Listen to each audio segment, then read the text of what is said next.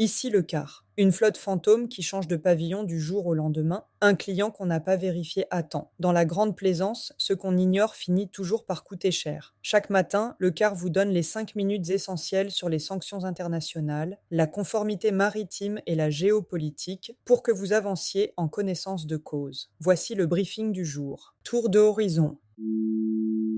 Donald Trump a menacé de bombarder Oman, médiateur des négociations avec l'Iran sur la gestion du détroit d'Ormuz, une escalade rhétorique inédite contre un pays jusque-là considéré comme un partenaire diplomatique. Sur le terrain, les données montrent que l'Iran perd du terrain. Plus de 80% des liquides transitant ces 2 dernières semaines empruntent désormais la route omanaise, un couloir maritime autorisé par l'ONU que Téhéran conteste. La marine américaine revendique avoir escorté plus de 15 millions de barils de pétrole et produits raffinés hors du détroit, et 5 millions supplémentaires via des oléoducs.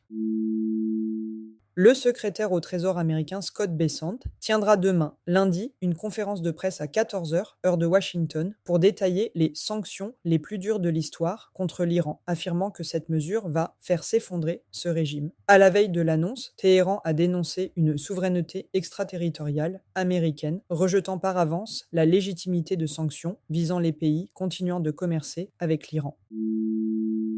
Au Yémen, les forces gouvernementales revendiquent plus de 180 opérations militaires contre les Houthis en 24 heures, confirmant l'effondrement de fait de la trêve informelle en vigueur depuis 2022. Le cessez-le-feu entre les États-Unis et les Houthis, conclu en mai 2025, est également considéré comme suspendu dans les faits par les observateurs du conflit.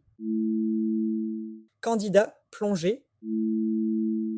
La menace de Donald Trump contre Oman fragilise directement le canal diplomatique qui portait, depuis des semaines, l'essentiel des espoirs de gestion négociée du détroit d'Ormuz. Mascate jouait jusqu'ici un rôle d'intermédiaire de confiance entre Washington et Téhéran. En devenant elle-même une cible rhétorique, elle risque de perdre la posture de neutralité nécessaire à la poursuite de ses pourparlers, un risque structurel bien plus large que la question ponctuelle des sanctions du lendemain. Perspective à surveiller, détail des sanctions américaines dévoilées demain lors de la conférence de presse de Scott Bessent et réaction officielle d'Oman à la menace de Donald Trump. C'était le quart. Rester informé, c'est rester couvert. Toutes les sources citées sont disponibles dans les notes de cet épisode. Bonne mer et à demain.